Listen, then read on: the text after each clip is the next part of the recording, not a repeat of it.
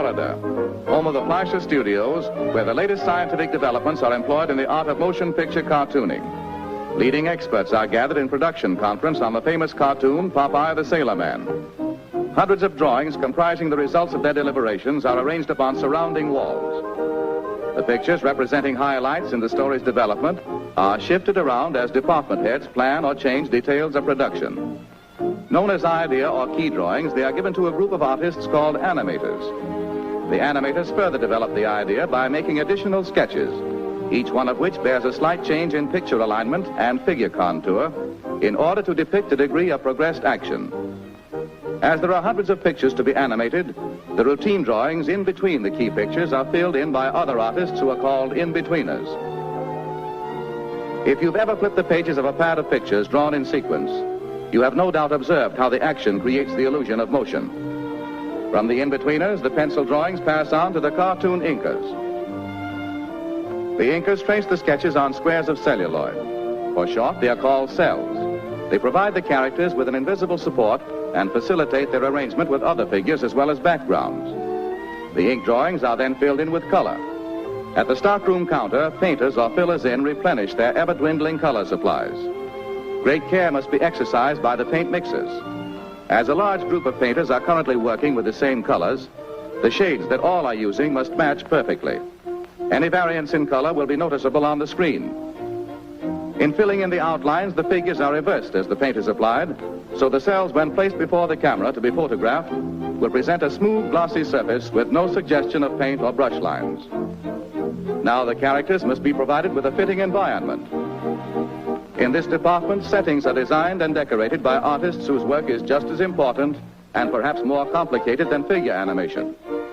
It also entails a similar degree of repetition. These artists supply landscapes, street scenes, buildings, exteriors and interiors, as well as furnishings. They must be adept at creating the illusions of wind-blown clouds, waving palm trees, rolling seas, moving vehicles, and other effects that suggest activity. The character drawings are used to aid them in obtaining proper figure placement in relation to backgrounds, also to aid in creating perspective and scene composition when the celluloids are assembled before the camera.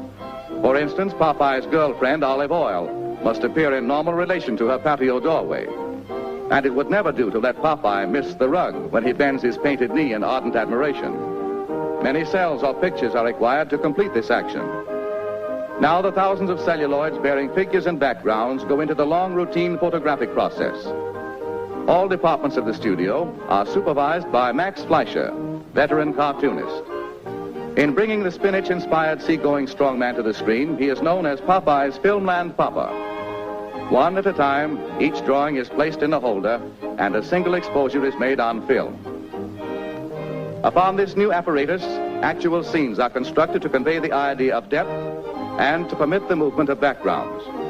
For instance, many drawings of this bird must be photographed, each one with the wings and other lines of body contour in slightly changed positions. Also, with each exposure, the background is moved to create the illusion of flight. The process must be repeated many times with all characters and accessories that simulate motion.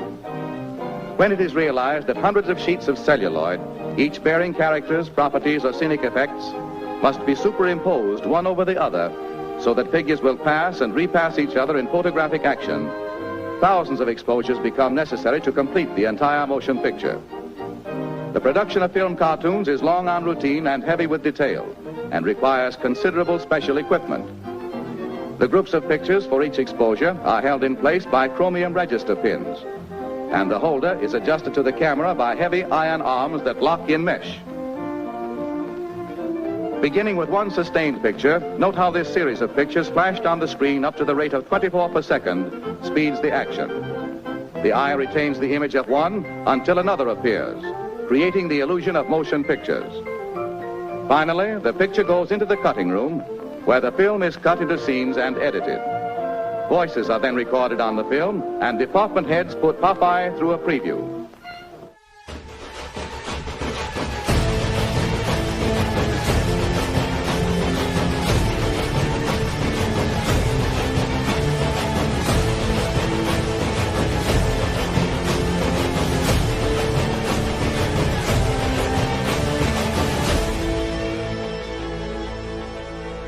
fantastic screen entertainment.